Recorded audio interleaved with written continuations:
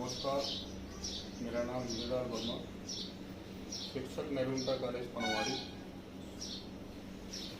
महोबा। आज कक्षा 10 सामाजिक विज्ञान के अंतर्गत हम लोग पहला चैप्टर संसाधन एवं विकास के बारे में पढ़ेंगे। तो सबसे पहले देखिए संसाधन क्या है या संसाधन किसे कहते हैं। संसाधन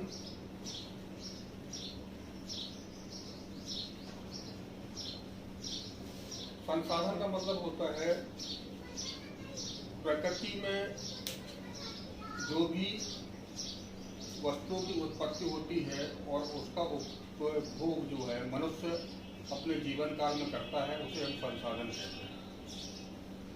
यानी प्रकृति प्रदत्त जो पदार्थ जिनका उपयोग मनुष्य अपने जीवन काल में करता है, उसे हम संसाधन के नाम से जानते हैं।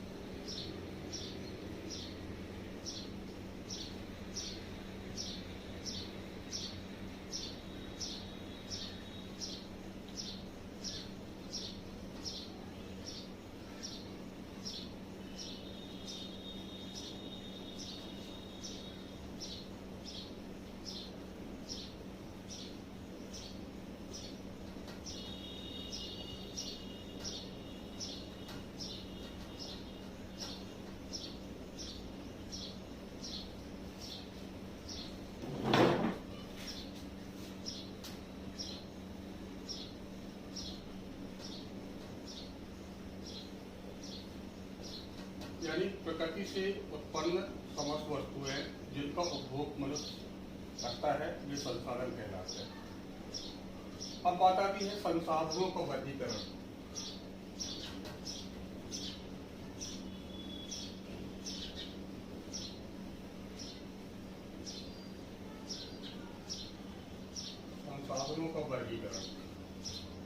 संसाधनों का वर्गीकरण मुख्य रूप से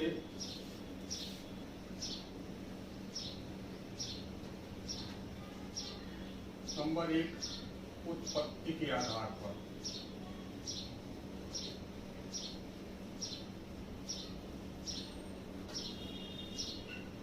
उत्पत्ति के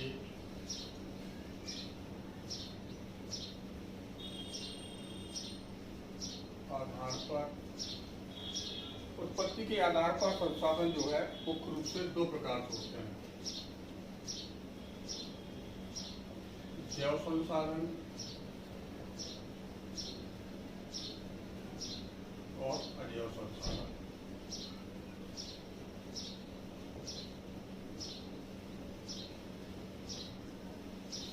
जैव संसाधन वे संसाधन कहलाते हैं जो श्वसन क्रिया करते हैं, जिनमें पेड़ पौधे, जीव जंतु आदि। अजैव संसाधन वे संसाधन कहलाते हैं जो निर्जीव है, जिसमें चट्टानें और खनिज पदार्थ।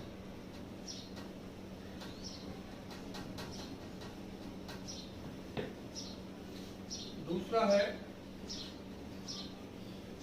समाप्तता के आधार पर।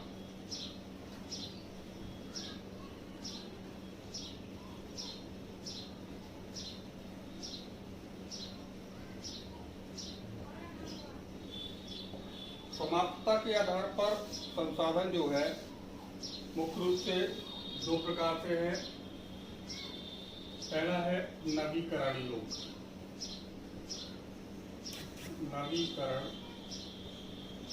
योग संसाधन और दूसरा है अनवीकरण।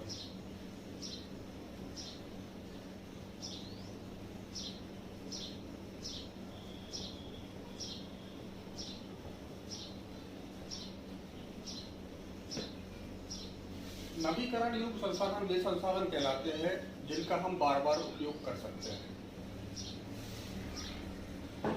और ये ऐसे संसाधन होते हैं जो कभी समाप्त नहीं हो सकते। इनमें मुख्य रूप से प्राकृतिक वनस्पति है, वायु है, पवन है,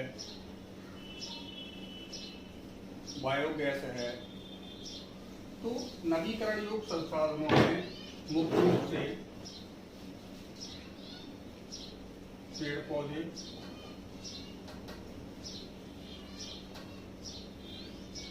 जलवायु,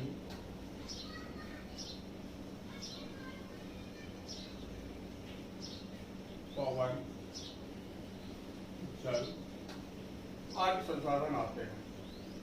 और अनवीकरण योग्य संसाधन, अनवीकरण योग्य संसाधनों से मतलब है ऐसे संसाधन जिनका उपयोग एक बार कर लेने के बाद फिर उनका दोबारा हम उपयोग नहीं कर सकते। इसमें मुख्य रूप से खनिज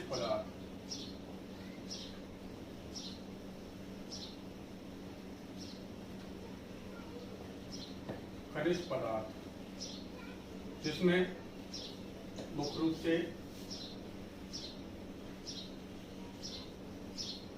पेट्रोलियम,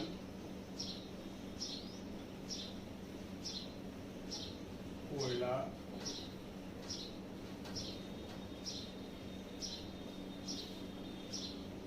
लोहा, ये संसाधन आते हैं।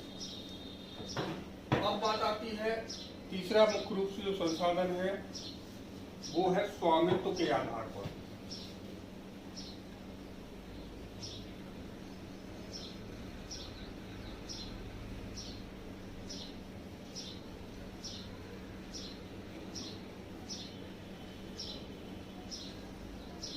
स्वामित्व के आधार पर संसाधन मुख्य रूप से 4 प्रकार से होते हैं, जिसमें नंबर 1 आता है व्यक्तिगत,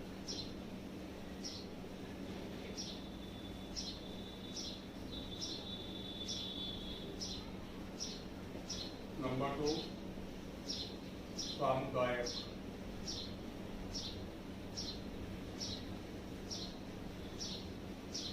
नंबर 3 राष्ट्रीय,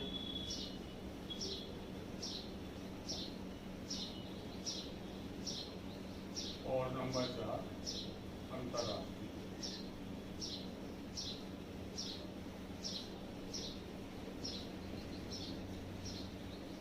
व्यक्तिगत संसाधन का मतलब ऐसा है, व्यक्तिगत संसाधन वे संसाधन कहलाते हैं जो किसी निजी व्यक्ति के द्वारा उनका उपभोग किया जाता है। तो व्यक्तिगत संसाधनों में निजी भूमि है, कृषि है, वन क्षेत्र है, जो किसी निजी व्यक्ति का होता है उसे हम व्यक्तिगत संसाधन के नाम से आते हैं, मतलब किसी निजी व्यक्ति का संसाधन। दूसरा सामुदायिक संसाधन वे संसाधन कहलाते हैं जिनका उपयोग जो है एक विशेष समुदाय के रूप में, एक परिवार के रूप में और या कई लोगों के समूह के रूप में जिसका उपयोग किया जाता है उसे हम सामुदायिक संसाधन कहते हैं। राष्ट्रीय संसाधन का मतलब होता है ऐसे संसाधन जिनका उपयोग जो है एक राष्ट्र के अंदर, जैसे उसमें जो समुद्री क्षेत्र है उसमें 12 समुद्री मील यानी 12 किलोमीटर समुद्री मील के अनुसार उसके अंदर हम कार्य करते हैं, अगर वो क्या है तो राष्ट्रीय संसाधन कहलाता है। और अंतर्राष्ट्रीय संसाधन का मतलब होता है कि समुद्र से 200 किलोमीटर समुद्री मील का जो क्षेत्र होता है वो अंतर्राष्ट्रीय संसाधन के अंतर्गत आता है, जिसका उपयोग जो है वो विशेष देशों के द्वारा या एक अंतर्राष्ट्रीय स्तर पर जिनका उपयोग किया जाता है उसे हम कहते हैं अंतर्राष्ट्रीय संसाधन। अब बात आती है, चौथा आ जाता है विकास के स्तर के आधार पर। विकास के स्तर के आधार पर विकास के स्तर के आधार पर, मतलब इसमें मुख्य रूप से आता है संभावी संसाधन।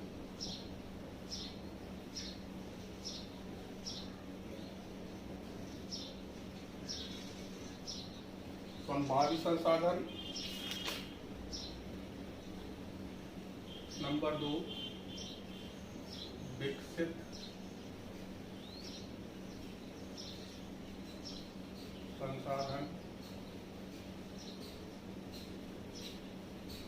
और नंबर 3 भंडार। और इसके बाद में नंबर 4 पे आता है संचित कोष।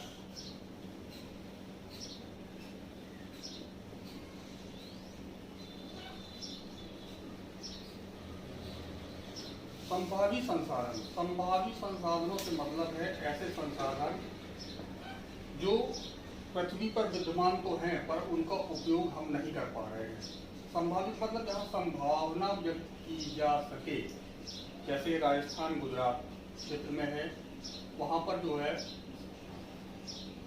मुख्य रूप से पवन ऊर्जा के क्षेत्र में विशेष संभावना व्यक्त की गई है। वहाँ पवन ऊर्जा के साथ साथ अगर पवन शक्ति वहाँ पर लगा दी जाए तो उससे क्या होगा,